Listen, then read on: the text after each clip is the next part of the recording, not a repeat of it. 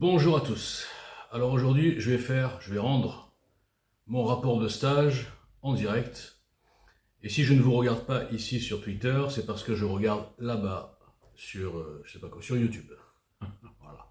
Je fais ça en duplex et en direct et sans filet. Ce sera un marathon. Un marathon, un monologue dont j'ai le secret. Les monologues entendus, écoutés, visionnés par 30 ou 40 personnes en moyenne, mais c'est pas grave, c'est pas le public qui fait l'artiste, c'est l'artiste qui fait en général, en principe, le public. Et je dis bien dans un monde normal. Alors, le rapport de stage, pourquoi? Parce que souvent pour rigoler, je vous dis, je vous traite un peu comme des élèves. Hein. Vous avez vu, je fais un peu l'arrogant là.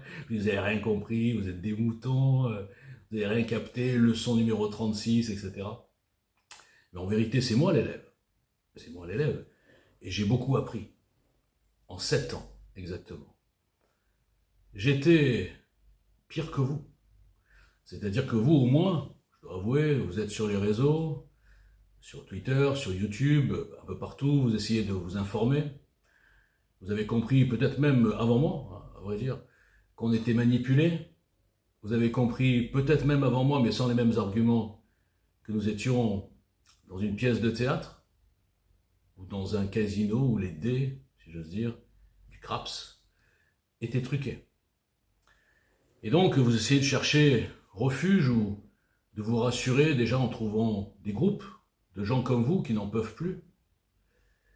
Et là, vous tombez, malheureusement, souvent, entre les griffes de grands dissidents camelots, qui sont bien sûr, je l'ai démontré en 7 ans, mais vous ne voyez rien, fabriqués par le système et sur un marché porteur. Donc vous êtes mieux que moi finalement, parce que moi en 2017, je faisais ma vie tranquille, hein, des bons boulots, je dirigeais des boîtes, tout ça.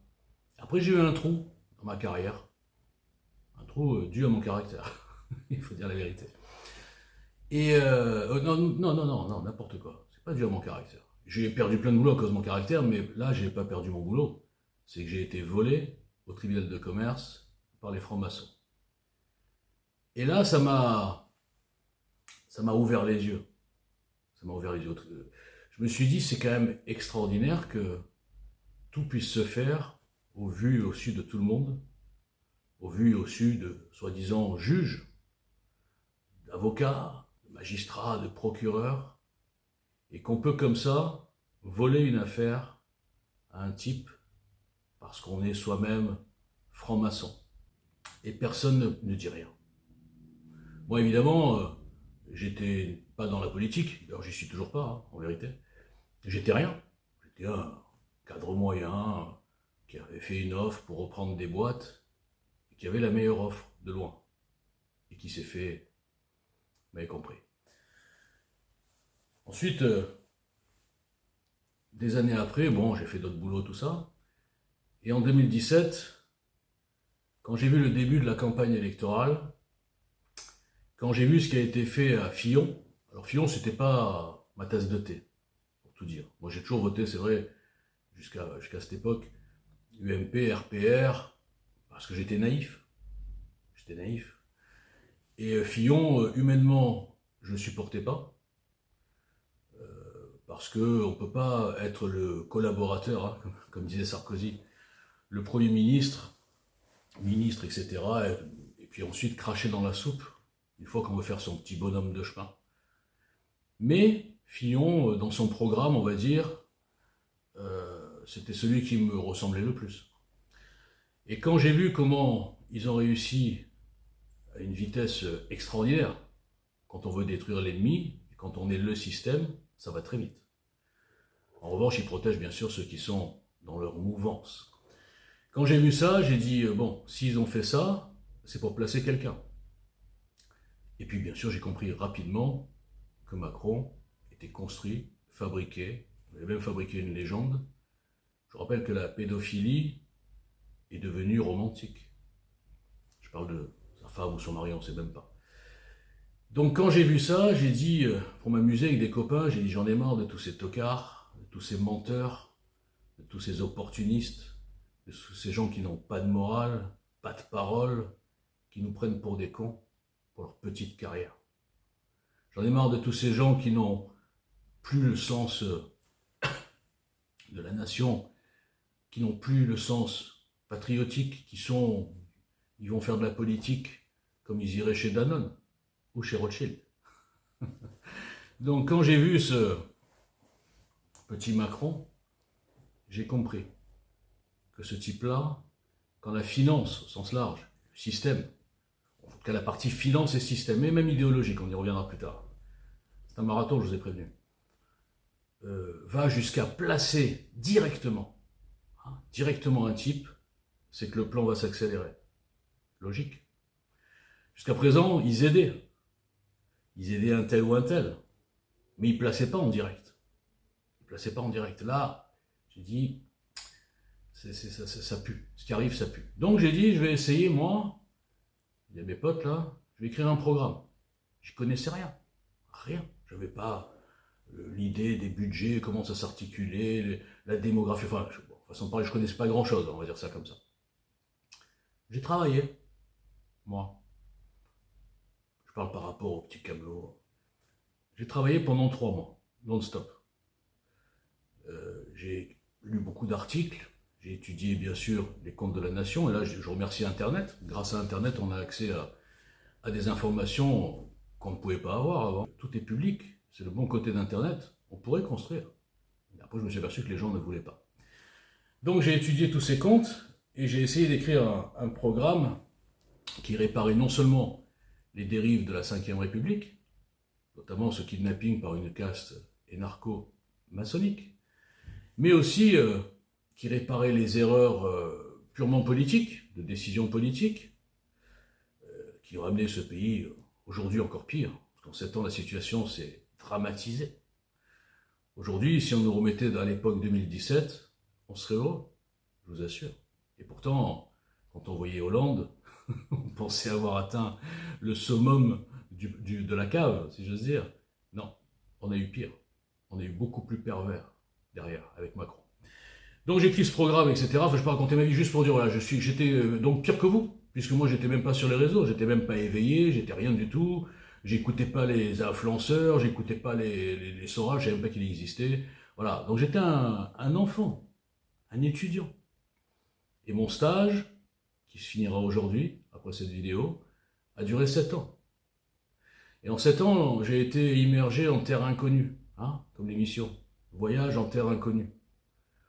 Voyage au milieu de ces dissidences, ces petits médiatiques, ces militants binaires, très motivés, ces passants sous pseudo idolâtres, qui protègent comme des hyènes soit leur mouvement politique, enfin leur parti politique fétiche, soit leurs politiciens, soit leurs résistants, leurs grands résistants. Quand j'ai vu ça, j'ai compris à quel point le système avait réussi. D'abord par le diviser pour mieux régner, ça c'est au niveau politique, j'y reviendrai tout à l'heure, mais surtout par, j'y reviens souvent, et je vous assure que ce n'est pas des problèmes personnels que j'ai avec ces gens-là, je m'en fous complètement de ces gens. C'est que si vous compreniez la fausse dissidence, vous comprendriez tout le système. Et vous ne voulez pas comprendre. Donc, je me suis dit, le système a réussi à mettre en avant des dissidents qui sont les plus abrutis, complotistes et bien sûr antisémites possibles, tout en faisant semblant de les combattre, et arrive à rendre inaudible, à invisibiliser toute démarche politique, comme JL, purement politique, qui vient d'en bas, qui n'est tenu par personne, dont le mec n'est pas, je le dis tout le temps, ni franc-maçon, ni homo, ni énarque, ni syndicaliste, corrompu, racheté, on va dire, rien du tout. Le mec ne savait même pas ce que c'était qu'un parti politique avant d'arriver. Et comme je le dis souvent, les gens qui bouffent dans ce système, je parlais hier de Messia dans mon long monologue, tant mieux que personne n'ait écouté, parce que ça m'aurait encore rajouté des ennemis, pourtant je ne dis que la stricte vérité que je peux prouver. Eh bien je me suis dit, le système a réussi, en fait, à faire croire aux gens qu'en suivant des camelots, en achetant leurs bouquins qui soi-disant leur expliquent le monde, toujours avec un billet porteur. Comprenez, s'ils font des bouquins en vous disant ouais, en fait, il n'y a pas un coupable, c'est une alliance hétéroclite, c'est un peu compliqué, dedans il y a de l'idéologie, dedans il y a bien sûr du capitalisme, mais il y a aussi du communisme, les gars, c'est un peu compliqué, il y a aussi du wokisme, non, mais vous n'allez rien comprendre. Le mec va dire, ah ouais, non, c'est vrai, on comprend rien. Non, s'il te plaît, Soral ou Hilar ou Indy, fais-nous un truc simple, on n'a pas envie de réfléchir. Ok, on va simplifier, c'est les juifs. Ah ben voilà, là on va acheter ton bouquin. C'est les juifs, les sionistes, les khazars. Là, au moins, c'est clair. On a une cible, en plus, pas dangereuse. Hein. C'est beaucoup moins dangereux d'attaquer les juifs que les francs-maçons, par exemple. Parce qu'on dit que les juifs sont partout, mais en vérité, ceux qui sont partout, c'est les francs-maçons. Et ça, vous ne le captez pas. Donc, quand on vous construit ça, on construit une dissidence pas dangereuse. Donc il est absolument impossible, moi ce que je comptais faire au début, c'est avéré impossible, non pas parce que je suis mauvais, peut-être que je suis mauvais, hein, mais même si j'avais été le meilleur du monde, même si j'avais été un communicant, si j'avais adopté les codes c'est quoi? Moi je vais pas vous dire son nom, mais un type qui est dans la politique depuis 75 ans, il connaît tout le monde, tout le monde. Quand il m'a contacté en 2018, je ne connaissais pas. Il m'a dit, franchement, ton programme c'est super, enfin bref, beaucoup de compliments. Mais il m'a dit, le problème, c'est que tu n'as pas les codes. Il m'a dit, il n'y a pas que lui, même des gens assez connus m'ont dit ça. Ils m'ont dit, ce que tu dis, c'est incassable, surtout ce que tu démontres, mais tu n'as pas les codes. Ton style fait que tu te fais des ennemis partout. Personne n'a envie de te donner la parole. Et les gens, voyant que personne ne te donne la parole, bah, tu passes pour un fou. Il dit, mais c'est qui celui-là? Personne ne l'invite nulle part. Personne ne le laisse parler. Personne ne veut débattre avec lui, donc ça doit être un fou. C'est un type qui est... C'est un déséquilibré sans couteau, hein, c'est ça. Je suis un déséquilibré sans couteau. Donc, n'ayant pas les codes, moi je lui ai répondu, mais, j'allais dire ça, non, mais moi je m'en fous des codes. Regarde les codes où ils nous ont amenés, vos codes à 2 balles. Regarde la démagogie, la fausse humilité, la ouate. Regarde où ça nous a amenés, vos codes de merde. D'un télo, de machin, avec des soi-disant, on est les sachants, on est les élites et vous êtes les merdes. Et les gens nous idolâtrent comme ça, enfin, vous idolâtrent. Vous avez servi à rien pour ce pays. Avec vos codes d'entre-soi, vos faux débats, vos faux combats de catch. Vous avez amené où la France? Vous l'avez ruiné à tous les niveaux, psychologiquement, financièrement. Et vous êtes les élites. Hein? Vous êtes les énarques, les Sciences Po. Vous avez vu les Sciences Po? Vous avez vu le niveau des Sciences Po? Même les Sciences Po, les progressistes socialos de mai 2, ils ont réussi à massacrer même cette école. En faisant soi-disant rentrer la diversité. Ah oui, pas de privilèges, machin, le renouvellement des classes sociales, oui, on va faire rentrer n'importe qui. Et au bout de quelques années, hein, je crois que c'était fait il y a 10 ans ça, Sciences Po est devenu bientôt un lycée de banlieue. Où n'importe quel mec avec une grande gueule peut raconter n'importe quoi à des abrutis, des naïfs qui ne connaissent même pas l'histoire, et les monter contre Israël, contre les Juifs, faire des manifestations, ils ont l'impression de défendre l'humanité. Donc, vos codes, je les emmerde. Et moi, à l'époque, j'étais optimiste, parce que c'était une époque où ça commençait, c'était au début, et ça marchait pas mal, hein, pour un type qui arrivait tout seul. J'ai dit, les gens vont comprendre ce que j'amène. J'amène un ton différent. C'est fini la boîte. Maintenant, on va rentrer dans le dur. Et on a un avantage extraordinaire, nous les citoyens inconnus, c'est que eux, et je dis bien eux, tous, ils ont des bilans déplorables, sur lesquels moi je vais les détruire. Mais les gens n'ont pas compris, parce qu'ils sont habitués justement à ces codes. On leur a dit un type sérieux, il n'a pas la dégaine de Walter Boujna, des fois qui vous parle sur la plage en Marseille, avec des lunettes de soleil. C'est pas ça un type sérieux, c'est pas un intello. Regardez, il vous donne pas des citations de bouquins qu'il a lus, c'est normal, il lit que l'équipe. Ouais. Mais c'est pire, c'est qu'en lisant l'équipe, je les ai tous démontés. Ils ont tous peur de moi. Posez-vous des questions. Vous devriez plus, je parle au sens large, les gens qui passent, vous retrouvez en moi que vous retrouvez dans ces gens qui sont des camelots qui vous méprisent. Et vous ne l'avez pas compris parce que vous êtes domestiqués. Donc, quand j'ai envoyé chier, enfin, j'ai pas envoyé chier, mais je lui ai dit tes codes, tu te les gardes, je veux pas de ces codes. Je veux pas aller dans un parti, je veux rien. Je veux juste réveiller les gens et après on verra ce qu'on fera. J'ai bloqué, j'ai stoppé, on va dire, à la première étape. J'ai pas réveillé les gens. en vérité. Non, plutôt je les ai enragés. Le peu de gens, j'ai pas beaucoup d'audience. Surtout maintenant, je suis invisible, mais à l'époque j'avais un petit peu de monde. Quand les cabales ont été organisées contre moi, ça voulait dire quoi?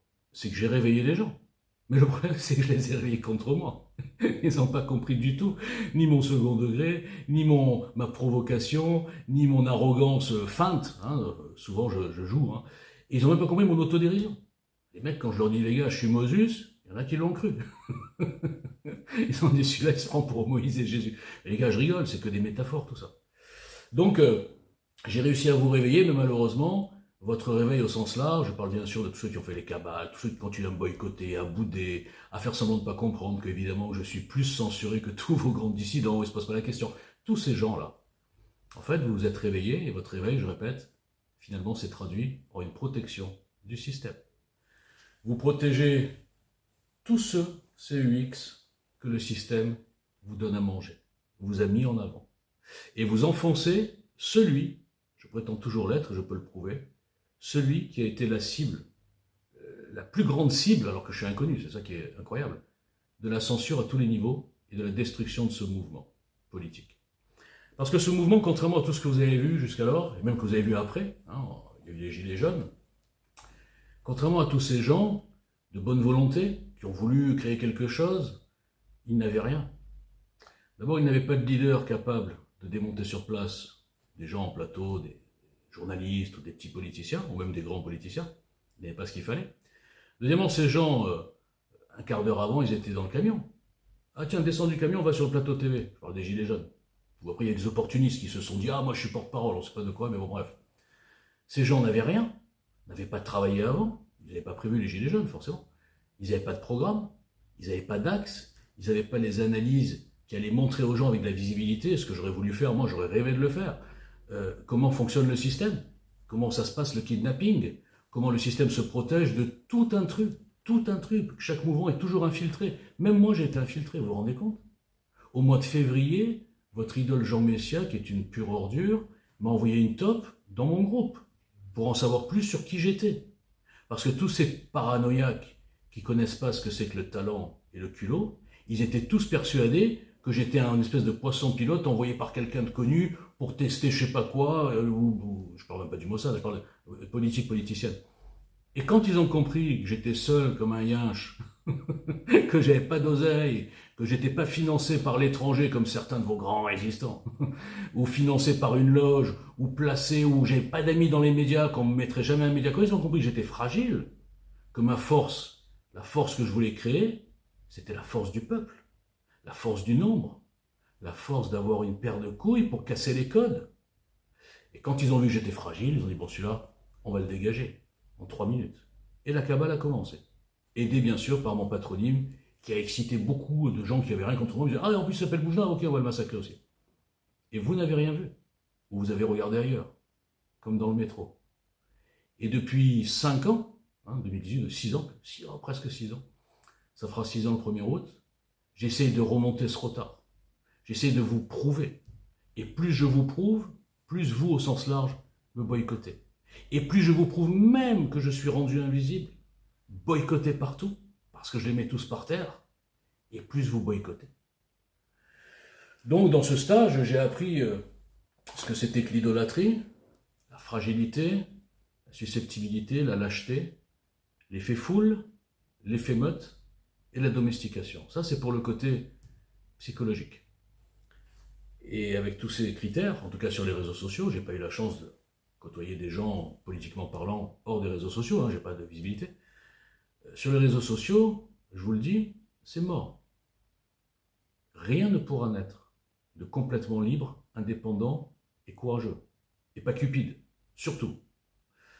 Il y a des gens qui ont essayé de lancer des trucs, et quand ils ont une petite bifurcation vers un parti politique ou quoi pour leur donner de la lumière, de l'oseille ou quoi, hop, ils ont bifurqué tout de suite. Moi, j'ai pas bifurqué. Moi, je suis resté droit dans mes bottes, comme il tirait l'autre. Je suis resté droit.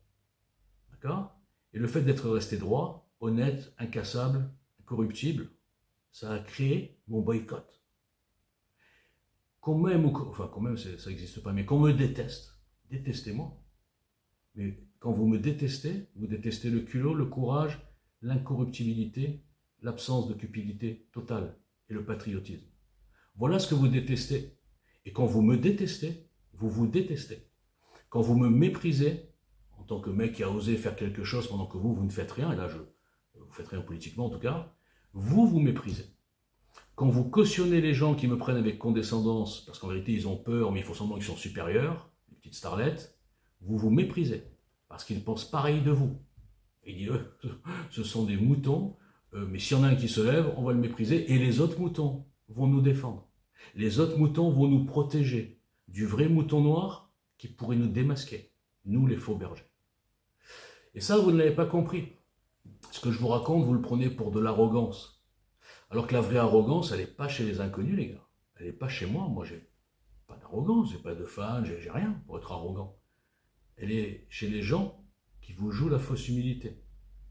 Pour vous soutirer soit des cagnottes, soit de la pleurniche. Ils font « Oui, regardez, on est censurés », alors qu'ils ne sont pas du tout censurés. Moi, depuis 6 ans, je vous l'ai prouvé, mais moi, c'est pas porteur d'aider Walter Boujna. Hein, vaut mieux se cacher, il vaut mieux aider les starlettes, même quand elles vous prennent pour des cons. Donc là, c'est psychologique, on va dire, voilà, c'est mort. Il faut dire la vérité. Et là, je vais faire un petit peu le barbeau, hein, comme on dit à Marseille. Si moi, j'ai pas réussi, avec tout ce que j'ai amené, comme analyse, comme article, comme charisme, même si ça vous emmerde, comme programme, comme face cam, comme je sais plus quoi faire. Et ben, si moi, j'ai pas réussi, en ayant bien sûr tout le paysage contre moi, et en étant invisible, et en ayant aussi, bien sûr, les moutons contre moi, plus les antisémites, etc. Mais même, si moi, j'ai pas réussi, personne ne pourra s'y opposer. L'effet du Sarkozy, là. Le mondialisme, personne ne pourra s'y opposer. Eh bien, moi, je vous dis pareil. Si moi, j'ai pas réussi en 7 ans de travail non-stop, bénévole, comme un chien, tous les jours, 7 sur 7, à essayer de vous réveiller, à parler dans le vide, et avoir en retour que de la condescendance ou des insultes ou des trucs de diffamation, des conneries, je peux vous dire que vous n'êtes pas prêts, les gars. J'avais déjà dit il y a 2 ans. Je vous ai expliqué exactement pourquoi vous n'étiez pas prêts. En tout cas, sur les réseaux. Bon, l'aspect psychologique, donc, c'est fait. Donc maintenant, au niveau politique. Si vous n'avez pas compris que le système politique réserve la matière politique qu'à des gens qui le contrôlent, qu'à des gens d'une certaine caste. Par exemple, j'en parle souvent, vous êtes énarque, vous pouvez vous lancer en politique, si ça ne fonctionne pas, on vous garde votre boulot au chaud. Et vous revenez tranquille dans votre poste qui est gardé hein, de fonctionnaire. Par exemple, Jean Messia, il y en a plein. En revanche, si vous êtes un lambda comme moi, hein, vous êtes rien, vous n'êtes pas fonctionnaire, vous n'êtes pas énarque, etc. Vous faites de la politique, vous vivez pendant quelques années sur vos réserves, d'accord, parce que ça prend du temps, ça prend le cerveau, etc. Et quand vous dites maintenant stop, j'en ai marre de me faire insulter pour rien, d'être invisible, je vais reprendre une vie normale et je vais laisser ce pays partir là il doit partir, puisque le peuple n'est pas capable de se mobiliser vraiment. Eh bien, vous voulez revenir sur le marché du travail, vous êtes grillé. Grillé. Moi, je suis grillé. J'en ai parlé souvent, je suis un poulet grillé. J'envoie des CV qui sont largement, enfin pour des postes qui sont vraiment 3 étages en dessous de ce que j'ai fait déjà. Le type, à mon avis, tape Walter Boujna sur Google et il dit « Oula, c'est qui se fout, laisse tomber ». Parce que pour des gens normaux, un type qui fait de la politique et qui ne réussit pas et qui est inconnu, c'est un fou. Donc, on ne veut pas d'un fou dans sa boîte. Donc aujourd'hui, à cause de mes 7 ans de bénévolat et de travail pour parler à des moutons, eh bien, je me suis grillé tout seul. Et le système sait bien qu'il n'y a pas beaucoup de fous qui sont capables de proposer quelque chose de complètement libre. Parce que, bon, moi, je ne sais pas que je suis fou, c'est que je n'avais pas compris. C'est que je suis bête. Beaucoup de gens, avant de se lancer, ils pensent à ça. Ils disent, bon, attends, je fais un truc, mais si jamais ça passe pas, machin et tout, si jamais je suis diabolisé, etc., enfin, peu importe, comment je vais faire pour réintégrer le monde normal du travail? Et on laisse tomber, je fais rien, je continue ma vie normalement. Mais moi, j'ai même pas réfléchi. C'est parce que je suis bête et parce que je suis optimiste. Ça va ensemble des fois. Et j'étais persuadé que j'allais créer quelque chose. Persuadé, j'étais sûr. Et donc, j'ai pas pensé à la suite. Maintenant que c'est la suite et maintenant que c'est ma dernière vidéo, je me dis, mais comment je vais faire? En fait, le système me punit, quelque part, dans ma vie sociale, professionnelle, d'avoir osé vouloir me lever et d'avoir osé construire quelque chose pour le casser. Donc, l'aspect politique, c'est très simple. Vous le savez tous, ce que je vais vous dire, vous le savez tous. Ce système est arrivé à diviser pour mieux régner, à diaboliser à l'extrême gauche, la vraie extrême gauche, bien sûr, Mélenchon, la France islamiste, avec un certain type de population, et de l'autre côté, les gens normaux, qui sont qualifiés aujourd'hui d'extrême droite, eh bien, le RN, par exemple, le Reconquête, les faire passer pour des nazis, Pétain, on a encore vu là, sur France Inter hier, quelle différence avec Pétain, mais la question. Et ça, c'est le service public. C'est-à-dire que le service public est censé être au service du public, justement, et de représenter quelque part le public, la France, avec sa diversité à tous les niveaux, finalement, ne bosse que pour une idéologie hyper minoritaire en France. C'est-à-dire l'idéologie immigrationniste, socialo-progressiste et wokiste. Voilà. On nous met, j'en parle souvent, des homos, des transgenres partout, des changements de sexe, de n'importe quoi, et on nous dit que c'est ça le progrès. Le service public impose un progrès qui est sur la base d'une idéologie franc-maçonne à 70% qui n'en veulent pas. Et ça s'appelle le service public. Ça aussi, c'est un kidnapping du service public, en tout cas dans les médias. Et en parallèle, bien sûr, ce même système, dans le cadre des 2 plans mondialistes que je suis le seul à avoir démontré, a facilité l'infiltration des frères musulmans et je dirais même mieux l'islamisation des esprits dans les syndicats, dans l'éducation nationale, dans les lycées, les collèges, même Sciences Po, j'en parlais tout à l'heure, les grandes écoles, etc. Et aujourd'hui, nous avons la représentation vraiment concrète en termes de partis politiques de ce que sont les 2 plans mondialistes. Eh bien, ça va vous étonner. C'est l'association des 2 satanismes, wokisme, etc., minorité, machin, et islamisation. Et quel est le parti qui représente exactement ce que je viens de vous dire? La France insoumise. La France insoumise, au même titre que Biden, qui a fait cette espèce d'alliance aussi aux États-Unis, regroupe exactement les porte-drapeaux, les moteurs, les outils de ces globalo-fascistes, ceux que j'appelle les globalo-fascistes, qui instrumentalisent l'islam. Donc dans la France insoumise, vous avez à la fois les super conservateurs islamistes, pro-antisémites, etc., et en même temps, les wokistes, les queers qui sont pour la Palestine, les homosexuels qui seraient jetés du haut des immeubles, mais qui sont quand même pour la Palestine parce qu'ils sont tellement antisémites, puisqu'on leur a dit, même les islamo-gauchistes c'est pareil, on leur a dit le juif c'est l'argent, c'est le capital, donc c'est le capitalisme, donc c'est les Américains, donc on est ennemis. Voilà, bon. Et les pauvres gentils qui ne sont pas du tout impérialistes, c'est l'islam. L'islam qui a inventé un peuple, les Palestiniens, pour s'accaparer la terre de naissance de Jésus, du judaïsme, et pour l'islamiser et la rendre un califat façon Raqqa. Et je n'exagère pas, parce que quand vous voyez la gueule des dirigeants du Hamas, laissez-leur cette terre, laissez-leur salir cette terre, laissez cette terre devenir un califat sous domination, moitié des mollahs avec le Hezbollah, et moitié je ne sais pas quoi avec les sunnites et les frères musulmans. Ils ne se rendent même pas compte pourquoi ils militent, tous ces jeunes abrutis, tous ces jeunes ignares. Et ça fait partie bien sûr d'un plan. Je vous rappelle que Soros est antisioniste, Gates aussi, Schwab aussi, et tous les grands Manitou psychopathes mondialistes, et Attali aussi, malgré ce qu'ils vous laissent croire. Et là aussi, je suis le seul à l'avoir démontré dans un face-cam extraordinaire qui pose les vraies questions, diffusé par personne parce que je ne suis personne. Donc, quand vous comprendrez que les globalo-fascistes, pour parler de ça, c'est une alliance hétéroclite à intérêts convergents qui regroupe à la fois, on va dire que leur religion, c'est globalement la laïcité, mais en sous-jacent le wokisme, etc. Ce que j'ai dit tout à l'heure, les transgenres on adore, les homos on adore, on en met partout, à l'Eurovision, au Festival de Cannes, partout. Il faut nous mettre dans la tête que le transgenre, c'est normal, que l'homosexuel, c'est normal. Ministre des Affaires étrangères, enfin bref, et dans tous les pays c'est pareil. Moi, je vous le répète, j'ai rien contre les homosexuels, simplement quand on veut nous faire avaler par force tous ces trucs-là, et en nous disant, si vous aimez pas, mais moi j'ai pas besoin d'aimer les homosexuels, je peux être indifférent. Non, on n'a pas le droit d'être indifférent, il faut les aimer. Les transgenres qui vont faire l'éducation sexuelle de nos enfants, là, ou je sais pas quoi, les travelots, il faut les aimer. Mais on est dans un truc de fou, je prends que des exemples, il y en a d'autres. Nous sommes pris en étau et pas que la France, mais la France principalement, parce que la France est la fille aînée de l'Église, et la cible principale de tout ça, c'est la morale, globalement, le spirituel, c'est Dieu, et en France, c'est bien sûr le christianisme. Donc, ces 2 satanismes sont portés vraiment, clairement, par exemple, par la France insoumise. Et ça, c'est, on va dire, le côté politicienne franco-française.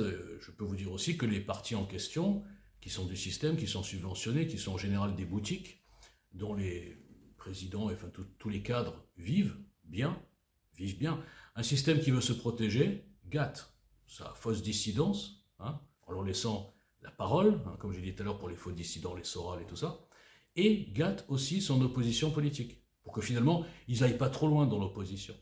Tant qu'on profite d'un système et d'une 5e République dévoyée, eh bien, on va dire on est un peu opposant, mais alors ok, Zemmour par exemple, ou Marine Le Pen, vous êtes des super opposants, d'accord, moi je suis avec vous, moi je vote Zemmour, voilà, comme ça vous le savez tous, je ne le cache pas de toute façon. Mais qu'est-ce que vous changez dans le système? Qu'est-ce que vous changez dans la 5e République? Est-ce que vous êtes aperçu qu'il y a une dérive? Est-ce que vous êtes aperçu qu'aujourd'hui, le Conseil constitutionnel, composé de corrompus, avec à sa tête le plus grand corrompu de France, Fabius, gère finalement gère le pays, puisque c'est eux qui, en dernier recours, peuvent changer les lois, même quand 70% des Français sont pour une loi, et l'Assemblée nationale a voté pour cette loi, il dit « Ah ben non, nous ça ne nous plaît pas, on enlève ça, ça et ça ». 9 personnes corrompues. Donc qu'est-ce que vous changez pour ça, M. Zemmour? Rien du tout. Marine Le Pen? Non plus. Qu'est-ce que vous changez pour cette dérive? Par exemple, il y en a d'autres. Pour la justice? Non, rien, non plus. Ah, c'est juste les hommes qui vont faire la différence. Non. Ils savent très bien que les hommes ne feront pas la différence. C'est pour ça que quand j'entends le grand intelligent Jean Messia qui me dit « Non, non, la 5e République est très bien, c'est juste une question d'hommes ». Il n'a rien compris, le type. C'est même pas qu'il n'a rien compris, c'est qu'il est énarque. L'ENA fabrique des protecteurs de la 5e. Vous ne comprenez même pas cette évidence. Donc tant que des gens feront semblant d'être des opposants alors qu'ils savent qu'ils ne gagneront jamais, surtout avec certains programmes, ils ne gagneront jamais, en même temps, ils ne veulent pas construire une véritable alliance, une alliance plus large, comme moi je voulais le faire avec Gilles Trombier, eh bien, qu'est-ce que ça fait? Ça fait du statu quo, et on s'approche doucement de 2030. Et en 2030, on ne pourra plus rien faire. Ça sera la fin des haricots. Et vous vous souviendrez d'un type tout seul, dans son salon, avec son téléphone chinois, qui vous avertissait depuis 2017. Et vous lui avez tous craché à la gueule.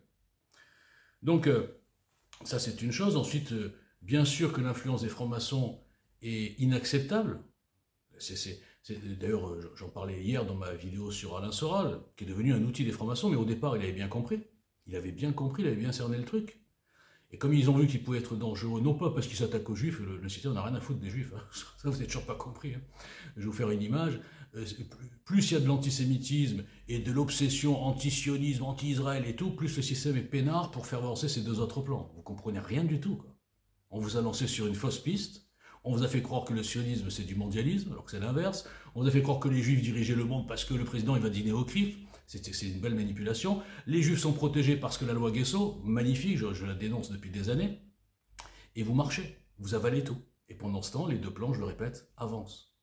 Et vous ne vous posez pas la question pour que le seul qui en parle, au-delà d'autres choses dont je parle, est boycotté partout, par beaucoup de médias qui sont tenus par des francs-maçons, par des gens qui sont à la loge, et boycotté bien sûr par tous les petits camelots qui gagnent leur vie là-dessus. Et donc, si je leur casse leur marché, ils n'auront plus rien à vendre, puisqu'ils n'ont aucune idée. Hein. Ils ne sont pas là pour la libération de la France ou pour la construction, ils sont là pour désigner des coupables et vendre des bouquins. Mais comment je peux être plus clair? Comment? Ça fait des années que je vous fais des démonstrations implacables. Même je prends des cibles des fois. J'ai pris Soral, Capitaine Brunet, Youssef Indy, Hilar, je les ai tous pris, Dieudonné, un par un. Mais vous ne voulez pas. Je le dis tout le temps, vous avez besoin d'idoles. Et là, on revient au problème psychologique dont je parlais au tout début. C'est psychologique le problème, les gars. Vous êtes des enfants, et là, moi je suis un étudiant, j'étais un enfant un petit peu quand je suis arrivé, mais j'ai pris 25 ans, en 7 ans, grâce à vous. Grâce à toutes les expériences, grâce à tous les cobayes, grâce à toutes les réactions puériles, formatées que j'ai rencontrées, même individuelles, où des gens, ils viennent, ils me font des critiques, je démonte les critiques, et d'un coup ils se vexent, ils m'insultent, pourquoi? Parce qu'ils sont vexés, j'ai démonté les critiques. C'est idiot. Un débat, c'est fait pour démonter les critiques. Hein? Et donc, comme je suis à ce jour invaincu, incassable, la seule personne qui pouvait me casser, c'est moi-même. Et c'est pour ça que j'ai décidé de me casser, dans le verbe partir. Parce que vous ne méritez pas qu'un type s'acharne 7 sur 7, 18 sur 24, pour essayer de déclencher une étincelle. Vous ne méritez pas. Vous méritez d'avoir des bergers, camelots, commerçants, cupides, qui se foutent de votre gueule. C'est en ça que je dis, on me dit fais ton mea culpa. On m'a encore dit ça hier. Moi j'ai fait 100 fois mon mea culpa. J'ai dit que je ne suis pas un communicant, j'ai dit que je ne sais pas parler aux gens, j'ai dit que je les agresse tout le temps, ils en ont marre de ma gueule. Ok, mais sur le fond, j'ai aucun mea culpa à faire. Tout ce que j'ai annoncé depuis 2017, je l'ai prouvé. Par des dizaines d'articles, vous ne voulez rien entendre. Vous ne voulez même pas lire. Et quand vous êtes convaincu que j'ai raison, comme ça implique peut-être d'attaquer une starlette qui a des fans, etc., vous fermez vos gueules et vous vous cachez. qu'est-ce que je peux faire? J'ai pas de mea culpa à faire, moi. J'ai un caractère, et c'est grâce à ce caractère que j'ai tenu 7 ans, seul contre tous. Et croyez-moi, ce ne sont pas des gens qui n'ont pas de caractère, des suiveurs, des tocards, des camelots qui sauveront ce pays. C'est des gens comme moi. Mais il aurait fallu qu'on soit beaucoup. Et j'ai bien vu qu'il n'y en avait pas beaucoup. Voilà, bon, je ne vais pas refaire encore un bilan, j'en ai marre. Ceux qui ont des remords, allez voir ma page, allez voir mes articles, lisez mes 2 bouquins, lisez le programme. Et vous comprendrez le travail colossal que j'ai fait. Et vous comprendrez à quel point vous avez été nuls de laisser cette occasion unique s'échapper. Et de pousser à bout le mec qui en a marre. Donc, conclusion, j'en ai marre de vous. Et vous, le peu qui me connaissent, vous en aviez déjà marre de moi. Donc on va rendre tout le monde heureux. On va tirer le rideau. Et cette fois, pour de bon.